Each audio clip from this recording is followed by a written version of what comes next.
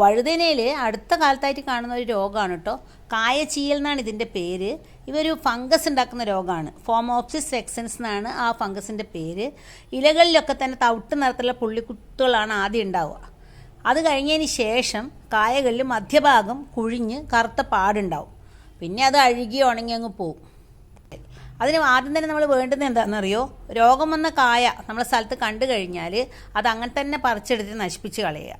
അല്ലെങ്കിൽ ഈ ഫംഗസ് എന്ത് ചെയ്യും, പെട്ടെന്ന് തന്നെ ട്രാൻസ്മിറ്റ് ആവും. ഇങ്ങനെയുള്ള സ്ഥലത്ത് നമ്മൾ അടുത്ത പ്രാവശ്യം വഴുതന ചെയ്യുന്ന സമയത്ത് നമ്മുടെ റെസിസ്റ്റൻറ്റ് വെറൈറ്റീസ് ഉണ്ട്.